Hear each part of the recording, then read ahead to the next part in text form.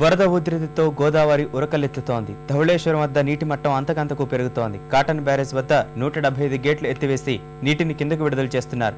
వరద ఉధృతితో కోనసీమలో నదీపాయలు పోటెత్తి ప్రవహిస్తున్నాయి. రాకపోకలకు జనం తీవ్ర ఇబ్బందులు ఎదుర్కోవాల్సి వస్తోంది. గోదావరిలో వరద ఉధృతి కొనసాగుతోంది. భద్రాచలం వద్ద నీటి మట్టం 46 అడుగులు దాటి ప్రవహిస్తోంది. ధవళేశ్వరం వద్ద గోదావరి నీటి మట్టం అంతకంతకు పెరుగుతోంది.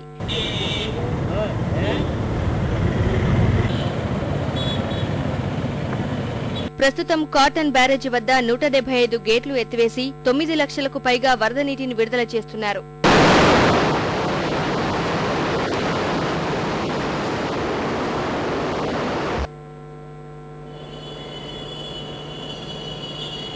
వరద ఉధృతి కారణంగా పంట పొలాలు నీట మునిగాయి. కాటన్ ఆనకట్ట దిగువ భాగంలో ఉన్న గౌతమి, వశిష్ట, వైనతేయ గోదావరి నదీపాయల్లో వరద నీటి ఉధృతి ఎక్కువగా ఉంది. ఉభయ గోదావరి జిల్లాల సరిహద్దులో ఉన్న లంక గ్రామాల ప్రజలు వరద నీరు పెరగడంతో ఇబ్బందులు పడుతున్నారు.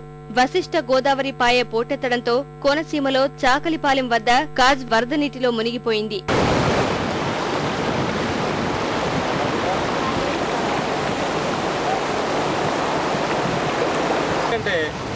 ఇది ఈ బ్రిడ్జ్ లేకపోతే ఈస్ట్కి వెస్ట్కి మొత్తం రాకపోకలు మొత్తం బంద్ అయిపోతాయి.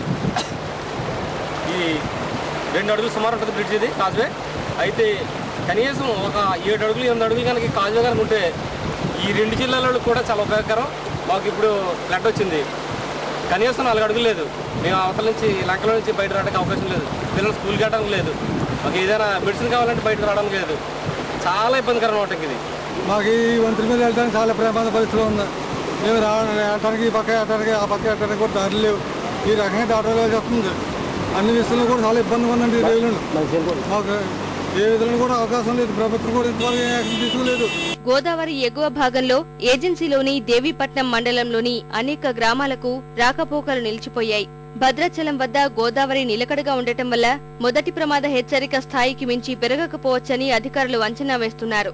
భద్రాచలం వద్ద నిలకడగా ఉన్న గోదావరి ధవళేశ్వరం వద్ద ఉధృత రూపం దాలుస్తుంది. ఇక్కడ నుంచి 9 లక్షలకు పైగా క్యూసెక్కుల వరద నీటిని సముద్రంలోకి విడుదల చేస్తున్నారు. ఇక్కడ వరద నీటి మట్టం మనం చూసుకుంటే 11.50గా ఉంది. 11.70 రాగానే 75 రాగానే మొదటి ప్రమాద హెచ్చరిక ఇక్కడ ధవళేశ్వరంలో జారీ చేస్తారు. అనంతరం లంక గ్రామాల్లోని ప్రజలను కూడా అప్రమత్తం చేస్తారు. గంటకొచ్చి 2 పాయింట్ల చొప్పున ఇక్కడ నీటి మట్టం పెరుగుతూ వస్తుంది. ఇది మధ్యాహ్నానికి మొదటి ప్రమాద హెచ్చరిక రావచ్చని చెప్పి అధికారులు అంచనా వేస్తున్నారు. 11 లక్షలకు పైగా క్యూసెక్కుల వరద నీటిని సముద్రంలోకి విడుదల చేసే అవకాశాలు ఇక్కడ కనిపిస్తున్నాయి. ధవళేశ్వరం నుంచి కెమెరామెన్ చిన్నారెడ్డితో యేసుబాబు, ఈటీవీ న్యూస్.